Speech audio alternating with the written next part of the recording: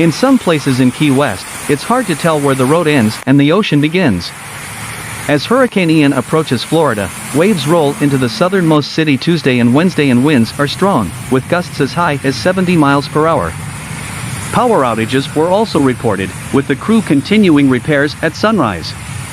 Ian Wednesday morning turned into a dangerous Cat 4 storm, and Keys remains under a tropical storm warning. Hurricane Ian is strengthened through the Florida Keys beginning September 27, sending storm surges and tropical storms and even a few gusts of hurricane force into Key West. In the lower Keys and parts of the middle Keys, residents were awakened by flooded roads and debris. More than 6,400 Keys Energy subscribers went out on the morning of September 28.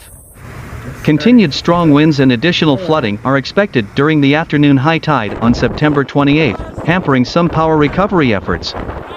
In the Middle Keys, southerly driven waters found many seaside dwellings dealing with water as high as 3 feet below their homes on Tuesday night. Flooding is even more severe in Key West, with the worst storm surge on the bay side of the lower and middle Keys expected around the paper's printing deadline on Wednesday afternoon.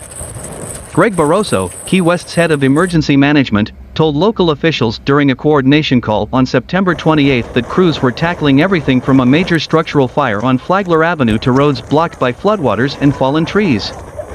"Our judgment is poor," said Barroso. "We experience and visualize damage like Wilma. We must have had lots of fallen trees all over Key West. Downed power lines and low-hanging power lines.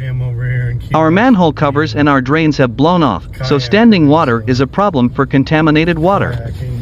Barroso asked county emergency management officials to keep shelters open at Key West High School, where about 100 people escaped the storm, according to Deputy Superintendent Amber Acevedo. Some were homeless citizens who had to leave the Keys overnight temporary shelter when it closed, and others were sailors living on board. City officials asked for help from the Red Cross to meet basic needs as more people came to the shelters. Key West officials are also seeking assistance from the Florida Department of Transportation to remove sand and debris from South Roosevelt Boulevard and rescue fires in the vicinity for equipment and personnel. Monroe County Fire Chief Steve Hudson told county officials that calls were increasing in the lower Keys and Key West.